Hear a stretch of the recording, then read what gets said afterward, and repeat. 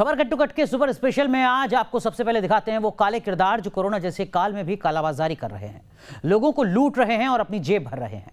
आज जब दिल्ली के खान मार्केट में पुलिस ने छापा मारा तो सबकी आंखें खुली की खुली रह गई।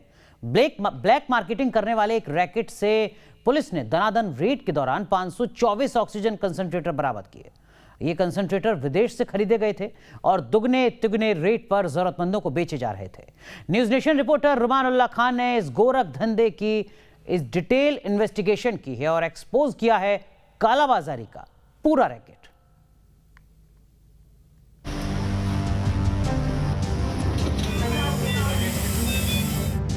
महामारी मेड इन चाइना, कालाबाजारी मेड इन चाइना। दिल्ली में ऑक्सीजन कंसंट्रेटर के सबसे बड़े रैकेट का खुलासा हुआ तो डिटेल सामने आते ही जुबान से यही अल्फाज निकले। कोरोना नाम का वायरस चीन से आया था और चीन से ही वो ऑक्सीजन कंसंट्रेटर लाए जा रहे थे जिन्हें औने पौने दाम पर हिंदुस्तान में बेचा जा रहा था। इस पूरे रैकेट का सेंटर पॉइंट था दिल्ली का पॉश इलाका खान मार्केट। खान मार्केट का मशहूर खान चाचा रेस्टोरेंट। इसी रेस्टोरेंट के पर्दे में की जा रही थी जान बचाने वाले ऑक्सीजन कंसंट्रेटर की ब्लैक मार्केटिंग। 1, 2, 3, 4, 5, 6 ऑक्सीजन कंसंट्रेटर की इस भारी भरकम खेप को गिनते गिनते आपकी उंगलियां थक जाएंगी। कालाबाजारी का रैकेट चलाने वाले गुनहगारों से 10 या 20 नहीं बल्कि जान बचाने वाले कुल 524 ऑक्सीजन कंसंट्रेटर बरामद हुए हैं। कल लोधी कॉलोनी थाने में एक मामला दर्ज हुआ था जिसमें 4 लोगों की गिरफ्तारी हुई थी और दिल्ली पुलिस ने 419 ऑक्सीजन कॉन्सेंट्रेटर्स बरामद किए थे। पुलिस कस्टडी के बाद उन लोगों से पूछताछ करने पे ये पता चला कि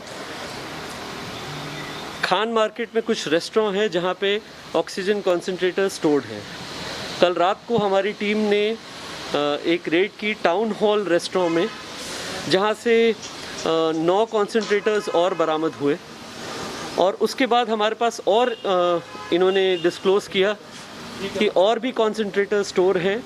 एक खान चाचा करके रेस्टोरेंट है वहाँ पे, तो हमारी टीम वहाँ पे भी गई और वहाँ 96 ऑक्सीजन कॉन्सेंट्रेटर्स स्टोर्ड मिले। Total all in all 524 concentrators की अभी तक रिकवरी हो चुकी। लोगों की जेब पर सेंध लगाने वाले, बीमारों की मजबूरी का नाजायज फायदा उठाने वाले इन मुनाफाखोरों के इस गेम का आगाज नवंबर में ही हो गया था। न्यूज नेशन को मिली जानकारी के मुताबिक नवंबर के महीने में कालाबाजारी करने वालों ने ऑक्सीजन कंसंट्रेटर जमा करने शुरू कर दिए थे और फरवरी के आखिरी हफ्ते से इन लोगों ने ऑक्सीजन कंसंट्रेटर्स को ज्यादा दामों पर बेचना शुरू कर दिया था। इस कालाबाजारी के लिए अलग अलग व्हाट्सएप ग्रुप बनाए गए थे जिनके जरिए खरीद फरोख्त की जाती थी। साथ ही कुछ ऑनलाइन प्लेटफॉर्म्स पर भी कंसंट्रेटर बेचे जा रहे थे। दिल्ली में ऑक्सीजन कंसंट्रेटर का ये रैकेट एक क्राइम सिंडिकेट की तरह चल रहा था जिसके तार देश के बाहर तक जुड़े हुए थे। मेरे पीछे जो आप ये ऑक्सीजन कंसंट्रेटर्स देख रहे हैं, इनको बनाया गया था किसी की ज़िंदगी बचाने के लिए, लेकिन अब दिल्ली पुलिस की मदद से ये उन्हीं लोगों के पास चले गए हैं जिनको इनकी बेहद ज़्यादा ज़रूरत है।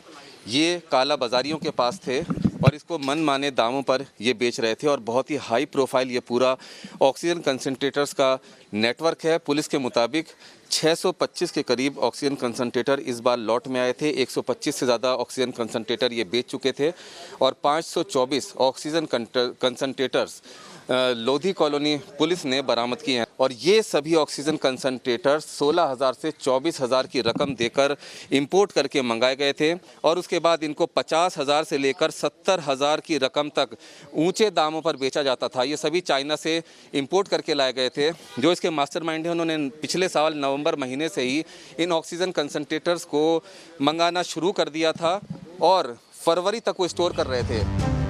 पुलिस को शक है कि ये क्राइम सिंडिकेट सिर्फ दिल्ली तक सीमित नहीं है और छापों के बाद अब तक जो तस्वीरें सामने आई वो भी इसी तरफ इशारा करती हैं। दिल्ली पुलिस ने शुक्रवार शाम तक कुल 3 छापे मारे, जिनमें से 2 खान मार्केट की लोकेलिटी में पड़े और 1 लोधी कॉलोनी में। इन तीनों लोकेशन से 500 से ज्यादा ऑक्सीजन कंसंट्रेटर बरामद किए गए। इसी वजह से पुलिस लगातार इस पूरे रैकेट के तार खंगाल रही है, ताकि ये पता चल सके कि दोगुनी और तिगुनी कीमत पर बेचे जा रहे ऑक्सीजन कंसंट्रेटर के इस जाल के तार कहां-कहां तक फैले हैं। इनके 2 रेस्टोरेंट्स का एक मालिक है और एक रेस्टोरेंट का एक और मालिक है, but we are investigating that angle also. One mister Navneet, he owns these restaurants, तो he is also under investigation. हमारी जो टीम्स हैं उनको पूछताछ के लिए बुलाएगी। कई ऐसी कंपनीज थी, but one of the companies which is involved is matrix cellular. इनके ओनर मिस्टर गगन है and he is also under investigation. जो इस ऑक्सीजन कॉन्सेंट्रेटर्स के इंपोर्ट में, उनके स्टोरेज में, उनके डिस्ट्रीब्यूशन में और उनके सेल में जितने भी लोग इन्वॉल्व हैं, सभी हमारी जांच के दायरे में हैं। बताया जा रहा है कि जिन लोकेशन से ऑक्सीजन कंसंट्रेटर बरामद हुए वो रसूख वाले लोगों की है, जो एक बड़ी कंपनी भी चलाते हैं। अब पुलिस कुछ सवालों के जवाब तलाश रही है। क्या इस कंपनी को ऑक्सीजन कंसंट्रेटर खरीदने के लिए फ्रंट बनाया गया, या फिर कंपनी के जरिए एक और सिस्टर कंपनी खड़ी की गई, जिसके कागजों पर चीन से ऑक्सीजन कंसंट्रेटर खरीदे गए। जब ये कालाबाजारी ऑनलाइन प्लेटफॉर्म्स के जरिए भी हो रही थी, तो अब तक कालाबाजारी का ये कारोबार कैसे चल रहा था? देश के अलग अलग हिस्सों में ऑक्सीजन सिलेंडर और दवाइयों की कालाबाजारी के खुलासे हो रहे हैं, लेकिन इतने बड़े पैमाने पर एक क्राइम सिंडिकेट की तरह ब्लैक मार्केटिंग की इस वारदात ने लोगों समेत सिस्टम के भी होश उड़ा दिए हैं। खान मार्केट दिल्ली के सबसे महंगे कॉमर्शियल एरियाज में से एक है, जहां 100 फीट के कॉमर्शियल एरिया का किराया ही तकरीबन 1 लाख रुपए महीना होता है। इसी वजह से खान मार्केट में काला बाजारी के इस रैकेट के खुलासे से हाई प्रोफाइल लोगों के जुड़े होने का शक है। पुलिस अब इस रैकेट के हर तार को खंगाल रही है ताकि पता चल सके कि ऑक्सीजन कंसंट्रेटर की इस ब्लैक मार्केटिंग में कौन कौन और किस तरह शामिल था। कोरोना काल में इस क्राइम के बाद आपको दिखाते हैं काले फंगस का खतरा। दिल्ली में कुछ कोरोना मरीजों में ब्लैक फंगस का इन्फेक्शन होने का मामला सामने आ रहा है। डॉक्टर्स के मुताबिक पहले कोरोना और फिर ब्लैक फंगस का इन्फेक्शन होने के चलते ऐसे मामलों में न सिर्फ मरीजों की हालत खराब हो जाती है, बल्कि क्रिटिकल केस में मरीज की मौत भी हो सकती है। क्या है ब्लैक फंगस का ये खतरा और कैसे ये बीमारी कोविड पेशेंट को अंदर तक खा जाती है, देखिए हमारी अगली रिपोर्ट में।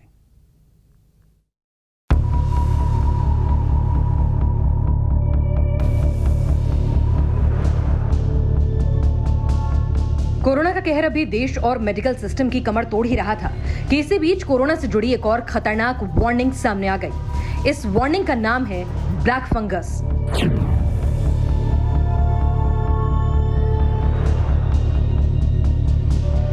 ब्लैक फंगस यानी एक किस्म का फंगल इन्फेक्शन जो कोरोना के मरीजों को अपने शिकंजे में जकड़ रहा है। और कुछ ऐसे मामले भी सामने आए हैं जहां ब्लैक फंगल की चपेट में आए कोविड पेशेंट को अपनी जान से हाथ धोना पड़ा है। आज आपको दिखाएंगे कोरोना के साथ आने वाली इस जानलेवा इन्फेक्शन का पूरा सच और बताएंगे कैसे तिल तिल कर ब्लैक फंगस एक इंसान को खत्म कर देता है। क्या है ब्लैक फंगस? म्यूकोमाइसिस यानी ब्लैक फंगस एक ऐसा इन्फेक्शन है जो कोरोना संक्रमण से ही फैलता है। इस इन्फेक्शन के सिम्टम्स बहुत अलग अलग होते हैं। आमतौर पर नाक बंद होना, आंखों और गालों में सूजन और नाक के अंदर काली सतह जम जाना ब्लैक फंगस के लक्षण माने जाते हैं। साथ ही त्वचा पर काले चित्ते बन जाना भी ब्लैक फंगल का एक लक्षण माना जाता है। अगर किसी कोविड पेशेंट के अंदर ये सिम्टम नजर आते हैं तो उसे ब्लैक फंगस होने की आशंका हो सकती है। खतरे की बात यह है कि जिस कोरोना मरीज को डायबिटीज या हाई ब्लड प्रेशर जैसी शिकायतें हैं, उनके लिए ब्लैक फंगस मौत की वजह भी बन सकता है। काली फंगस या इसको म्यूकरमाइकोसिस कहते हैं। आम लोग इसको काली फंगस कहने लगे हैं, लेकिन इसका साइंटिफिक नेम है म्यूकरमाइकोसिस। ये एक फंगस है और बहुत ही घातक किस्म का फंगल इन्फेक्शन है, जो कि आजकल पोस्ट कोविड जो है देखने में आ रहा है। पोस्ट कोविड पेशेंट्स जो कि कोविड से तो ठीक हो गए, लेकिन उनमें चूंकि ट्रीटमेंट के लिए काफी ज्यादा हाई डोज में स्टेरॉइड्स चले और स्टेरॉइड्स चलने के बाद में उनमें एक कॉम्प्लिकेशन आजकल बहुत कॉमनली देखने को आ रहा है, जो कि पिछली बार भी देखने को मिला था हम लोगों को, जिसको कि हम म्यूकरमाइकोसिस कहते हैं। क्या नुकसान करता है ब्लैक फंगस? अगर मोर्टेलिटी रेट की बात की जाए तो कोविड पेशेंट को ब्लैक फंगस इन्फेक्शन से कई गंभीर बीमारियों का शिकार होना पड़ सकता है। ये जो म्यूकरमाइकोसिस है, ये इंसान में मेनली जो इफेक्ट करती है हेड एंड नेक रीजन में ही इफेक्ट करती है। जैसे कि सबसे ज्यादा ये इफेक्ट करती है साइनसिस और नोज को।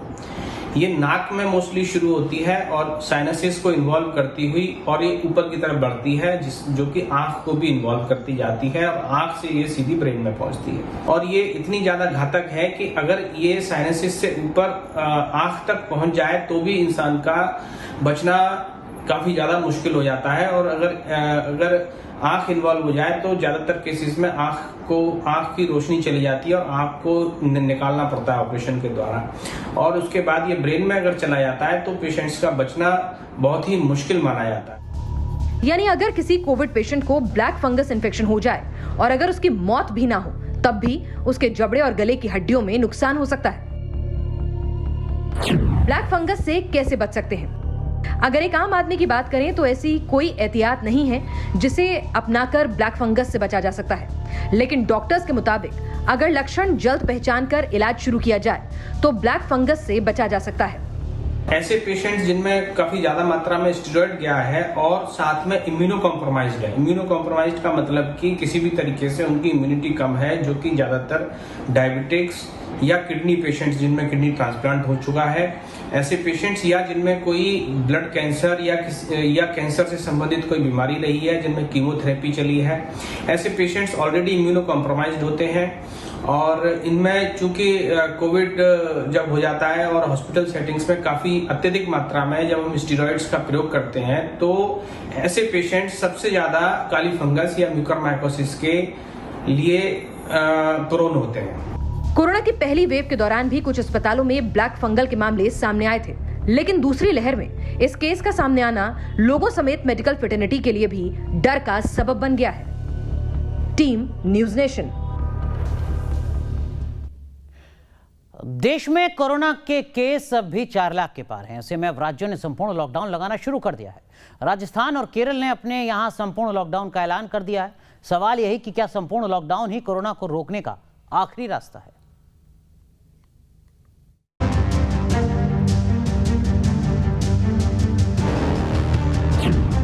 कोरोना से कांप रहा हिंदुस्तान।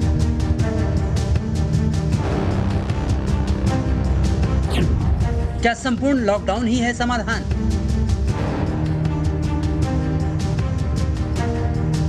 फिलहाल जो तस्वीर, तैयारी और तरकीब नजर आ रही है, उससे तो यही लगता है कि देश के 10 से ज्यादा राज्यों में लॉकडाउन या कोरोना कर्फ्यू लगा है।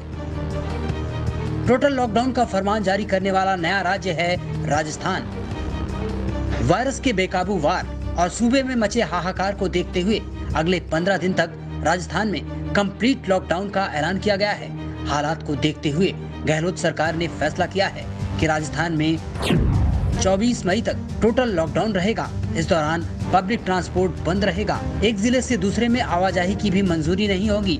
धार्मिक स्थल बंद रहेंगे। शादी समारोह पर भी रोक रहेगी। अगर कोई शादी होती भी है तो उसमें 11 लोग ही शामिल होंगे। लगातार सरकारें ये दावा कर रही थी कि लॉकडाउन अंतिम विकल्प होना चाहिए। जिस तरह पहले जो हालात बने थे, अर्थव्यवस्था पूरी तरह चरमरा गई थी, लेकिन जिस तरह लोगों की लापरवाही थमने का नाम नहीं ले रही है, लिहाजा सख्त लॉकडाउन के अलावा कोई कदम सरकार के पास नहीं बचा था। अब सरकार ने तय किया है 10 मई से 24 मई तक सख्त लॉकडाउन लगाया जाएगा। लॉकडाउन की पालना के लिए पुलिस पूरी तरह से मुस्तैद है। चूँकि आंशिक लॉकडाउन अभी भी राजस्थान में लगा हुआ है, लिहाजा पुलिस अभी भी आने जाने वालों से पूछताछ कर रही है, कारणों का पता लगा रही है। बेवजह घरों से बाहर निकलना ही कोविड को आमंत्रण दे रहा है और भयावह हालात बनते जा रहे हैं। 161 मौत पिछले दिन हुई और लगातार अप्रैल से लेकर ये आंकड़ा बढ़ता ही जा रहा है। कोरोना पॉजिटिव मरीज तेजी से बढ़ रहे हैं। 7 लाख संक्रमित राजस्थान में हो चुके हैं। पीक का आलम यह है कि जिस पीक को आने में पहली लहर में 50 दिन लगे थे, दूसरी लहर में केवल 5 दिन में आंकड़ा 1 लाख के पार पहुंच गया। ये तस्वीर जो दिख रही है, इसको रोकने के लिए सख्त लॉकडाउन लागू किया गया है। इस लॉकडाउन के तहत सब कुछ बंद रहेगा, आवश्यक सेवाओं को छोड़कर सब कुछ बंद रहेगा। लेकिन जो तस्वीरें आती हैं, कल तो आपके यहाँ और ही बेहद शर्मनाक तस्वीर सामने आई जब एक महिला कांस्टेबल ने रोका तो उसको उस पर हमला कर दिया। अगर ये तस्वीरें रहेंगी तो कैसे हम पालना करा पाएंगे सख्त लॉकडाउन की? फिर भी हम पालना करेंगे, ऐसी कोई बात नहीं। उनको समझाइश करके, शांतिपूर्वक समझाइश करके उनकी पालना करवाएंगे। जो राज्य सरकार की गाइडलाइन है उसकी पालना करेंगे। अभी किस तरह के जो लोग आ रहे हैं, किस तरह के आप समझाइश कर रहे हैं? क्योंकि लोगों पर बहाना बहुत है। अब बहाने तो होते हैं, लेकिन फिर भी देख के उनको समझाइश करके उनको भेजते हैं हम। चालान भी काट रहे हैं अगर जरूरत पड़ रही है तो? ज़रूरत पड़ती है तो चालान भी काटते हैं।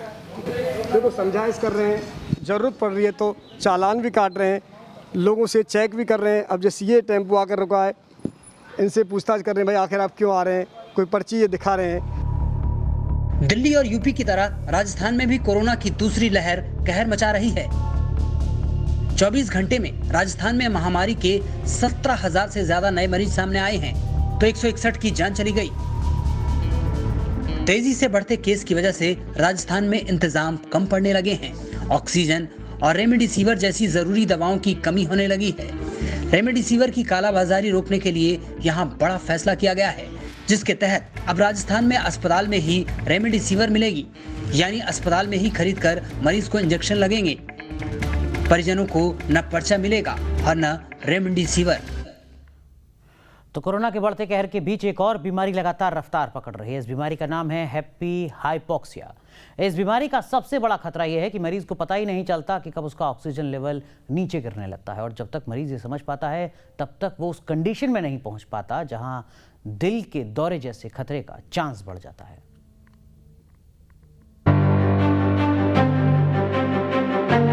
वो दबे पांव इंसान को अपनी जकड़ में ले लेता है। वो धीरे धीरे इंसान को अंदर ही अंदर खाने लगता है। वो हट्टे कट्टे इंसान को मौत की खाई में ढकेल देता है। वो खिलखिलाने वाले इंसान को सदा के लिए खामोश कर देता है। वो चुपके से अटैक करता है और लोगों की सांसें छीन लेता है। एक तरफ कोरोना की दूसरी लहर से देश कराह रहा है, हर तरफ मातम का माहौल है। लोग बेड के लिए भटक रहे हैं, एक एक सांस के लिए संघर्ष कर रहे हैं। तो वहीं दूसरी तरफ देश के युवा एक ऐसी बीमारी की गिरफ्त में फंसते जा रहे हैं जो बेहद जानलेवा है। इस साइलेंट किलर बीमारी का नाम है हैप्पी हाइपोक्सिया। एक रिपोर्ट के मुताबिक देश में कोरोना की दूसरी लहर में कई कोविड पेशेंट खतरनाक बीमारी हैप्पी हाइपोक्सिया के शिकार हो रहे हैं। मुसीबत वाली बात यह है कि साइलेंट किलर की चपेट में सबसे ज्यादा युवा वर्ग आ रहा है। भारत में इस समय कोरोना से होने वाली मौतों का भी एक बड़ा कारण हैप्पी हाइपोक्सिया ही है। विशेषज्ञों के मुताबिक कोरोना की दूसरी लहर में हैप्पी हाइपोक्सिया के कारण करीब 15% मौतें हुई हैं। क्या है हैप्पी हाइपोक्सिया?